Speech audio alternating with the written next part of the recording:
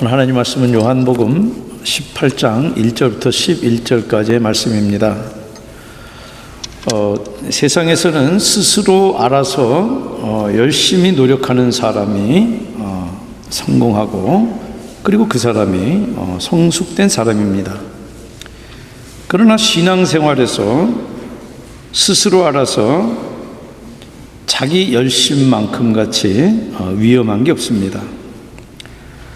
스스로 알아서 열심 내는 것으로 치면은 한국교회는 둘째가라면 서러울 것입니다. 그런데 스스로 알아서 종교적인 열심을 낸 그 무리들이 바로 결국 예수님을 십자가에 죽였습니다. 그런데 그 바깥에 있는 무리들뿐만 아니라 예수님 수하에 있는 제자들 중에도 자기 열심에 단검을 품은 사람이 있습니다. 그 말은 당돌하게, 주님, 내가 다 알아서 할 테니까 방해하지 말고 가만히 계세요. 그러면서 자기 의와 정죄에 단검을 휘두르는 사람들이 교회 안에도 있습니다. 그런 사람들이 믿는 신념은 진인사 대천명. 사람이 할 도리를 다하고 하늘의 뜻을 기다린다. 아주 멋있는 것 같지만, 그리고 아주 성경적인 것 같지만, 그것같이 비성경적인 가치가 없습니다. 그런데 그게 미국에도 있습니다. God helps those who help themselves. 자기 주도성과 열심을 강조하는 이 오래된 격언은 성경 말씀인 줄 가장 오해를 많이 받는 말 중에 하나예요. 그래서 요 전에 백악관 대변인이 이게 성경에 있다 그랬다가 망신을 당한 적이 있습니다. 성경에 없습니다. 그리고 그런 태도가 신앙생활에 아주 위험한 그런 큰 걸림돌이 되는, 만약 여러분들의 신앙이 성숙하지 못하고 정말 여러분들이 믿는다고 그러면서도 믿음 안에서 진정한 평화와 자유를 누리지 못한다 그러면은 그 원인이 어쩌면은 바로 이것일 수 있습니다. 하나님 말씀 요한복음 18장 1절부터 11절까지 우리 같이 한 목소리로 읽겠습니다. 예수께서 이 말씀을 하시고 제자들과 함께 기드론 시내 건너편으로 나가시니 그곳에 동산이 있는데 제자들과 함께 들어가시니라. 그곳은 가끔 예수께서 제자들과 모이시는 곳이므로 예수를 파는 유다도 그곳을 알더라. 유다가 군대와 대제사장들과 바리새인들에게서 얻은 아랫사람들을 데리고 등과 횃불과 무기를 가지고 그리로 오는지라. 예수께서 그 당할 일을 다 아시고 나아가 이르시되 너희가 누구를 찾느냐? 대답하되 나사렛 예수라 하거늘 이르시되 내가 그니라 하시니라. 그를 파는 유다도 그들과 함께 섰더라. 예수께서 그들의 내가 그니라 하실 때 그들이 물러가서 땅에 엎드러지는지라. 이에 다시 누구를 찾느냐고 물으신데 그들이 말하되 나사렛 예수라 하거늘 예수께서 대답하시되 너희에게 내가 그니라 하였으니 나를 찾거든 이 사람들이 가는 것은 용납하라 하시고, 이에 아버지께서 내게 주신 자 중에서 하나도 잃지 아니하였사옵나이다 하신 말씀을 응하게 하려 함이러라. 이에 시몬 베드로가 칼을 가졌는데 그것을 빼어 대제사장의 종을 쳐서 오른편 귀를 베어버리니 그 종의 이름은 말고라. 예수께서 베드로더러 이르시되 칼을 칼집에 꽂으라. 아버지께서 주신 잔을 내가 마시지 아니하겠느냐 하시니라. 아멘. 잠깐 같이 기도하시겠습니다. 성령 하나님, 주님께서 마지막 고난의 쓴 잔을 마시기 전에 하신 이 말씀과 이 행동들이 우리들의 삶의 모습들을 주님의 그 말씀과 행동에 비춰보며 그것이 거울이 되어 우리들을 교정하고 다듬고 그러면서 주님이 주시는 진정한 기쁨과 위로 가운데 젖어드는 그런 시간 될 수 있도록 성령 하나님, 이 말씀으로 친히 사랑하는 주의 백성들과 구도자들이 들을 수 있게 주님 말씀하시옵소서. 예수님 이름으로 기도합니다. 아멘. 지금 예수님께서 요한복음 17장의 기도를 마치신 다음에 주님이 잡히실 때까지의 행적을 요한은 공관복음서 기자들하고 다르게 기록을 합니다. 공관복음에서는 마태, 마가, 누가 이 세 사람이 쓴 이 복음서를 시놉틱 가스플이라 그래서 그것을 공관복음이라 그럽니다. 같은 관점으로 기록했다고 그래서 그 공관복음에 있는 내용들은 이 요한복음에서 상당 부분 빠집니다. 그리고 그 공관복음에는 없는 내용 가운데 요한이 현장에서 친히 목격한 내용들 가운데 필요한 것들은 의도적으로 또 집어넣습니다. 그래서 요한복음이 좀 다릅니다. 나머지 공관복음들하고. 이 공관복음에는 셋 다 겟세마네 동산에서 예수님이 피가 땀이 되게 기도하신 내용이 나옵니다. 그런데 요한복음에는 그게 통째로 빠집니다. 왜 그러냐면은 예수님께서 지금 할 수 없이 몰려가지고 상황에 몰려서 돌아가신 것이 아니라 상황을 통제하신 채 지금 스스로 십자가를 지신 사실을 강조하기 위해서 요한이 일부러 그런 것입니다. 그래서 겟세마네 동산에서의 기도의 내용은 여기에 통째로 빠지고 대신에 요한복음 17장의 대제사장적 기도가 요한복음에만 그렇게 들어가 있습니다. 그래서 1절 보시면 기드론 시내를 건너 제자들과 동산에 가시는데, 그런데 예루살렘은 이 뒤편에 이 서쪽으로 흰놈 골짜기가 있고 앞쪽 동쪽으로는 기드론 골짜기가 있는 천연 요새입니다. 그런데 마른 골짜기지만은 겨울철 우기 때만, 비가 있을 때만 잠깐 개울이 형성되는 그런 건천 와디입니다. 여러분들이 네바다나 이런 데 여행하다 보면은 거기에 와디 이렇게 있는데 그게 바로 그런 건천입니다. 그래서 그 건천을 지나서 기드론 골짜기를 지나면은 예루살렘이 내려다 보이는 감람산으로 갈 수 있습니다. 그런데 감람산 가기 직전에 약간 북쪽으로 겟세마네 동산이 있습니다. 거기는 주님이 제자들과 종종 다니신 곳이기 때문에 가룟 유다도 잘 아는 곳이에요. 과연 그리로 유다가 3절에 군대와 대제사장들과 바리새인들에게서 얻은 아랫사람들을 끌고 와요.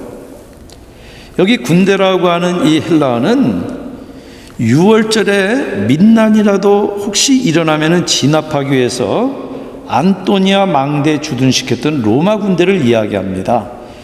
헤롯이 성전을 지었지만요, 그 헤롯 성전에는 안토니아 망대로 통하는 비밀 통로가 있고 하나님의 그 거룩한 성전에 이방인의 성체가 붙어 있어요. 그래서 유대인들에게는 말할 수 없는 치욕입니다.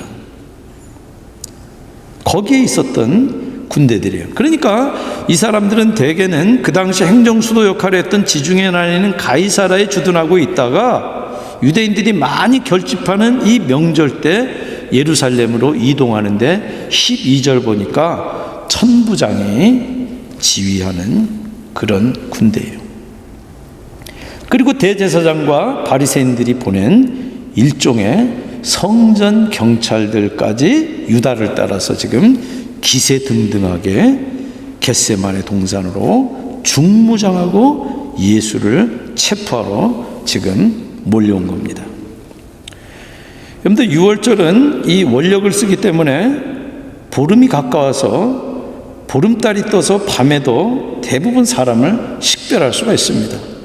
그런데 횃불도 두 가지나 나옵니다. 헬라어가 다르게 나오지만 사실은 같은 대상입니다. 거기다가 무기까지 든 군대와 성전 경찰 무리가 몰려왔던 것을 지금 요한이 기록을 하는데, 공관복음에는 그 무기가 바로 칼과 몽치다 하는 그런 무기 종류까지 기록을 합니다. 칼은 여러분들이 이 로마 군인들이 쓰는 그런 양날 칼입니다. 몽치라는 거는 한국말로는 고기도 몽치가 있어요. 근데 그게 아니고 여러분들 광주 사태 그 대표적인 사진 보면은 공수부대 군인들이 이렇게 민간인을 잡고 때리는 사진 있죠? 거기에 들려있는 그게 몽치입니다. 예수님이 당할 일을 다 아시고 그 무리들을 맞으러 나가서 물으세요. 너희가 누구를 찾느냐? 나사렛 예수. 근데 공간복음은 유다가 지금 미리 체포조들하고 이바구를 맞춘 대로 주님에게 나와서 키스, 그러니까 이 유대인들의 인사 방식입니다. 그렇게 인사하니까 체포한 걸로 그렇게 기록을 합니다. 근데 요한은 달라요. 5절에 보시면 대답하되 나사렛 예수라 하거늘 이르시되 내가 그니라 하시니라. 그를 파는 유다도 그들과 함께 섰더라. 그래서 공간복음하고 요한복음을 이렇게 우리가 하모니아해서 시켜보면은 유다가 지금 각본대로 주님께 나와서 키스하면서 인사할 때 곁에 선 체포조들에게 주님께서 아마 물으셨을 거예요. 그러자 전혀 이해할 수 없는 일이 여기 벌어집니다. 6절 보세요. 예수께서 그들에게 내가 그니라 하실 때 그들이 물러가서 땅에 엎드러 지는지라. 이사야서 보시면은 예수님에 대해서 그 풍채에 대해서 흠모할 만한 모양도 없다고 그랬어요. 그런 분이 나이가 지금 한 30대 초반이에요. 청년이에요. 비무장 상태예요. 그런 청년이 한마디 했다고 위풍당당하게 중무장한 패거리들이 뒤로 물러나서 땅에 너부러질 수 있습니까?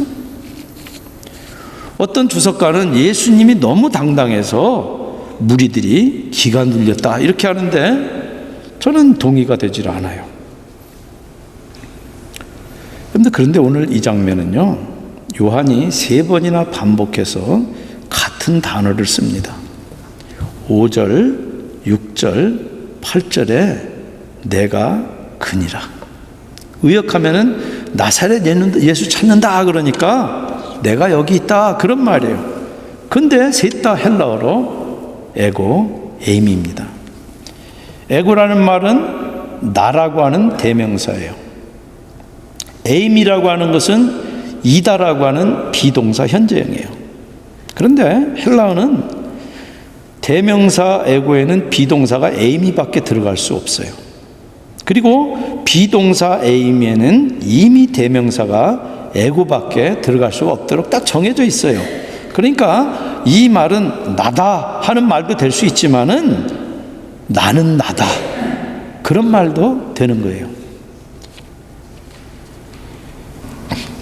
여러분들 요한복음은 특별히 이 에고 에임이라고 하는 포맷을 써서 종종 예수님의 신성을 나타냅니다. 7번이나 나는 무엇이다 이렇게 하시면서 바로 에고 에이미를 썼어요. 나는 생명의 떡이다. 나는 세상의 빛이다. 나는 길이요 진리요 생명이다. 나는 참 포도나무다. 전부 다 복격으로. 복격은 여러분들 아시죠? I am a boy 하면은 주어하고 보어하고가 일치되는 게 복격입니다. 그 복격을 가지고 나는 무엇이다 하고 하는 그 포맷에 다양한 상징의 보호를 집어넣어서 예수님의 신성을 드러낸 겁니다.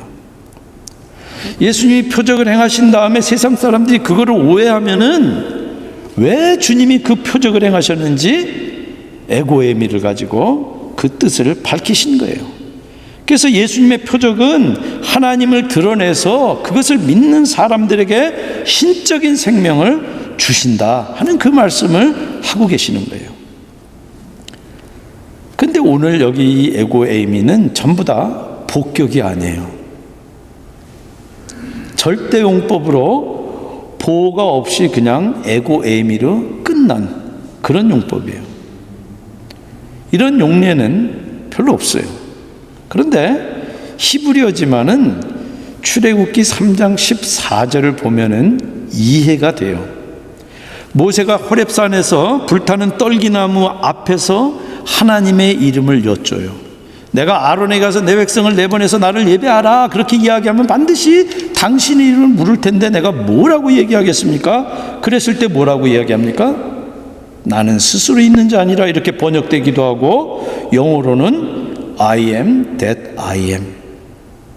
그게 히브리어로 야훼, 우리말로는 여호와라고 번역된 말의 뜻이 그겁니다. 그러니까 지금 그 이름을 헬라어로 직역하면은 바로 에고 에이미의 절대형이 됩니다. 즉 지금 예수님은 히브리어의 하나님의 이름을 헬라어로 쓰고 계신 거예요. 그 말씀은 당신이 하나님 이름을 가진 분이고 하나님 이름을 드러내는 분이고 하나님의 계시자라는 뜻이에요. 그리고 이제 곧 십자가에 들려서 올려질 때 그 모든 것이 다 드러난다. 그 말씀이에요. 여러분들 구약에서는 하나님의 이름이 나타날 때 인간은 두 가지 중에 하나입니다.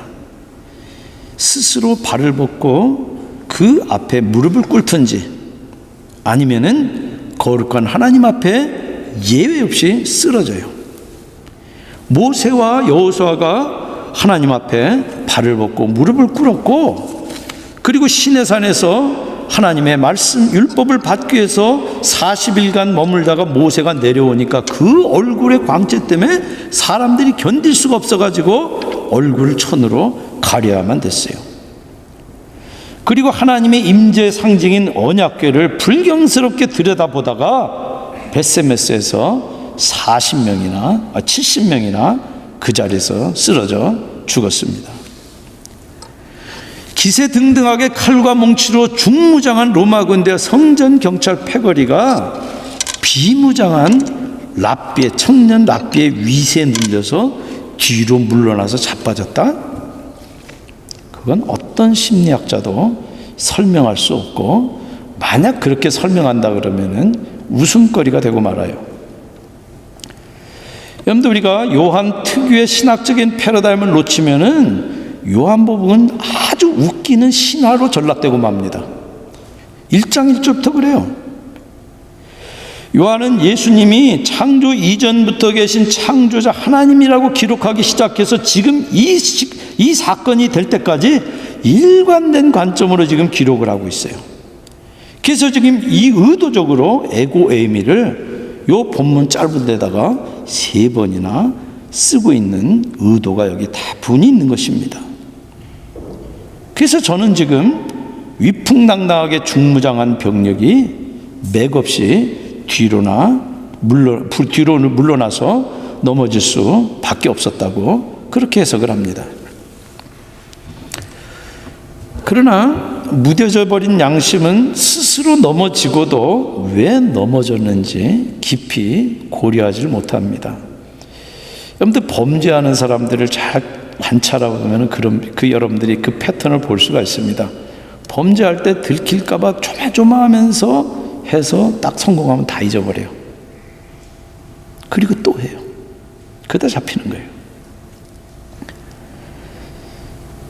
그래서 주님이 누굴 찾냐 다시 물으시고 다시 나사렛 예수, 그러니까 3번째로 내가 그러다 에고에미하시고 제자들을 가도록, 헬라어를 보면 명령하세요. 에스킹 하는 게 아니고. 그런데 그때 10절 보니까 시몬 베드로가 칼을 가졌는데 그것을 빼어 대제사장의 종을 쳐서 오른편 귀를 베어버립니다.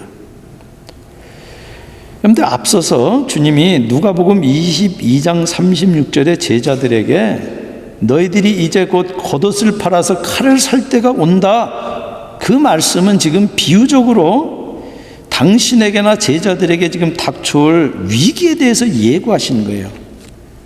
그런데 그 말씀을 제자들은 개떡같이 알아먹고 38절에 주여 보소서 여기 칼 2자루가 있나이다. 지금 예수님이 위기에 대해서 지금 이야기하시면서 비유를 한 말씀을 마치 예수님이 폭력혁명이라도 그렇게 지금 선동하는 것처럼 그렇게 이해를 한 거예요.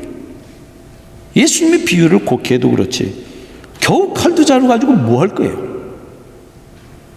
지금 칼과 몽치를 들고 제대로 훈련받은 공수부대 같은 그런 이 로마 병정들과 성전 경찰들이 지금 떼거지로 몰려오는데 칼도 자루 가지고 비리비리한 어부들 제자들이 뭘 할 거예요? 그러니까 그 다음에 보면 예수님이 족하다.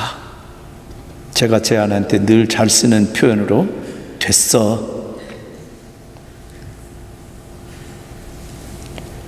그 두 자루 중에 하나를 아마 베드로가 품었을 것이고 그것을 꺼내 휘둘러서 지금 말고의 오른쪽 귀를 자른 거예요. 여러분들 이 디테일한 요한이 베드로가 왼손잡이라는 말도 없는데 오른쪽 귀를 베려 그러면은 뒤에서 벤 거예요. 그래서 오른쪽 귀가 떨어져 나간 겁니다. 아직도 베드로는 지금 주님의 말귀를 못 알아듣고 있어요. 하나님 나라를 세운다. 그래서 의기투합해가지고 랍비고 제자고 그런 관계를 맺어서 지금 같이 하나님의 나라를 세우는 것 같은데 어떻게 세울지 주님에게 전혀 배우지 못하고 있는 거예요. 그러니까 자기 자신을 과신하고 자기 혈기대로 경솔하고 성급하게 자기가 안에서 살아서 펄펄 날뛰는 거예요 지금. 예수님께서 이것을 내다보시고 시험에 들지 않게 깨어 기도하라 그러시면서 베드로와 야고보 요한 세 친구를 불러서 기도까지 부탁하고 그리고 가서 기도하시는데 예수님 기도가 시작하자마자 세 사람 다 엎어져 가지고 콜콜 코를 골았어요. 그때 이미 예고된 일이에요. 여러분들 사람들이 시험에 빠지는 경우 대개 기도하지 않기 때문이고 그때 이미 예고된 일이에요. 만약 베드로가 주님이 하신 걸 제대로 지켜보고 그 말씀에 순종했더라면은 주님이 우리를 불러서 싸우게 하신 그 싸움에는 그런 세상적인 무기가 아무 쓸모도 없다는 것을 진즉 알았어야 돼요. 게다가 지금 방금 전에 당신을 넘겨주는 대신에 제자들을 가게 하셨잖아요. 그런 놀라운 은혜를 지금 제대로 지금 그 의미를 파악했다면은 베드로는 지금 그 자리가 칼을 꺼내 휘둘릴 자리가 아니라는 것쯤은 금방 파악했어야 돼요. 여러분들 이게 믿는다는 사람들에게 얼마나 무서운 경고인지 모릅니다. 우리도 제자로 부름받았지만요 여전히 세상 가운데 머물러 살고 있어요. 그러나 우리는 세상 방식대로 살아서는 안 되고 더군다나 하나님의 일을 세상 방식대로 해서는 안 돼요. 그랬다가는 지금 설치던 베드로가 정작 주님을 향한 일편단심을 드러내 보여야 할 기회가 세 번이나 찾아올 때 세 번 다 번번이 겁먹고 비열하게 등 돌린 것처럼 우리들도 그러게 되는 거예요. 여러분들 교회에서 문제 일으키는 분들 보세요. 어떤 분들이 문제 일으키는가? 열심히 하지 않던 분들 문제 안 일으켜요. 열심을 가지고 요 교회를 뭐 해봅시다 으쌰으쌰 했는데 인간적인 방법으로 했던 분들이 다 문제를 일으키는 거예요. 그러나 베드로가 지금 은혜를 따라 행하지 못할 망정 베드로를 향한 은혜는 변함이 없습니다. 아마 가장 먼저 말고가 손을 뻗쳐서 예수님을 잡으려고 했던 것 같아요. 그러니까 말고부터 친 거예요. 근데 참 은혜롭게 말고의 목을 친 게 아니고 말고의 귀만 잘립니다. 그리고 누가복음 22장 51절 보면은 예수께서 그의 귀를 만져 낫게 하시니라. 근데 예수님께서 죽으시기 전에 이 땅에서 행하신 마지막 기적이에요, 이게. 그게 말고의 귀를 고치신 일이에요. 사실 주님이 먼저 그들에게 양심의 호소를 하셨어요. 그리고 지금 감성의 호소하신 거예요. 그러나 그것들이 다 무시당하고 그들의 목적대로 주님을 체포하니까 주님은 그들이 자기 악한 욕심대로 일이 가도록 그렇게 버려두십니다. 베드로에게 칼을 칼집에 꽂으라. 온화하지만은 아주 단호한 책망입니다. 이 말씀은 이미 예수님께서 이 사람들 가는 것을 용납하라 하신 주님의 이 명령이 자칫 수포로 돌아갈 뻔하잖아요. 베드로가 지금 주님 위한다고 지금 그런 거 아니에요? 그런데 자기 스스로 알아서 자기 열심을 낸 거예요. 그러니까 그 결과 칼과 뭉치로 중무장한 패거리들을 더 자극하고 지금 폭력은 폭력을 불러서 더 그것들을 상황을 악화시키고 마는 것입니다. 칼을 칼집에 꽂으라. 왜냐하면은 그리스도인들이 언제나 정당하게 싸울 수 있는 유일한 칼은 바로 성령의 칼, 하나님의 말씀밖에 없기 때문에 그래요. 또 그 말을 오해하는 분들이 계세요. 그러면 내가 하나님 말씀 가지고 휘두른다, 그 말이 아니에요. 성령의 날선 검 하나님의 말씀은 그것이 너무 날카로워서 우리들의 심령과 골수를 쪼개서 우리들이 하나님 앞에 우리들의 감춰진 동기나 우리들이 어떤 사람인지를 벌거벗은 듯이 다 드러내는 거 아니에요. 그래서 그것이 다 드러나는 사람이 어디다 다른데 정죄하고 어디 다른데 지금 그런 곳 사람들을 책망할 수가 있어요. 그러면서 아버지께서 주신 잔을 내가 마시지 아니하겠느냐. 그런데 이 에피소드 전체에 주님이 얼마나 영광스러운 분인지가 나타나요. 영광스러운 게 나타나는 것은 인간들은 폼 잡을 때 자기 영광을 나타내려고 그래요. 그런데 이 장면에서 주님은 끝까지 아버지의 뜻에 복종하는 모습을 통해서 영광스럽게 드러나세요. 그러니까 내가 그니라. 에고엠이 한마디에 원수들이 땅에 쓰러져요. 그리고 그분이 명령하시니까 제자들은 아무 문제 없이 자리를 다 뜹니다. 그러나 정작 주님은 아버지의 뜻에 복종해서 아무 불평 없이 아버지 손에서 고통의 쓴 잔을 받으세요. 그런데 성경은 하나님의 섭리를 잔으로 여러 곳에서 표현합니다. 시편 116편 3절에 보면 내가 구원의 잔을 들고, 구원의 잔이 있어요. 참 좋죠. 예레미야서 16장 7절에 보면은 위로의 잔이 있습니다. 참 위로의 잔 좋죠. 그런 것들을 다윗은 시편 23편 5절에 내 잔이 넘치나이다. 근데 주님은 마태복음 26장 39절에 이 잔을 내게서 지나가게 하옵소서. 정반대 잔이에요. 그 비유는 예레미야서 25장 15절에 이 진노의 술잔이라고 표현합니다. 절대 공의의 하나님이 그 더러운 죄를 향해서 뿜는 그 공의의 분노의 진노의 잔이에요. 근데 여러분들 오늘 본문 자세히 보세요. 아버지께서 마시라 하셨다 이러십니까? 아니면은 내가 마시지 않겠느냐? 어느 쪽입니까? 후자잖아요. 이 말은 주님이 아버지께 순종하는 것 말고는 지금 다른 어떤 방도도 여기서 찾을 수 없다, 이 말씀이에요. 지금 뱀이 여인의 후손인 주님의 발꿈치를 상하게 지금 달려들어요. 이방인들은 지금 갈대로 얼굴을 치면서 면류관을 만들어 머리에 씌우고 명패 유대인 왕이라 써붙이고 조롱할 것이고, 유대인들은 저를 없이 하소서 저를 없이 하소서 외칠 거예요.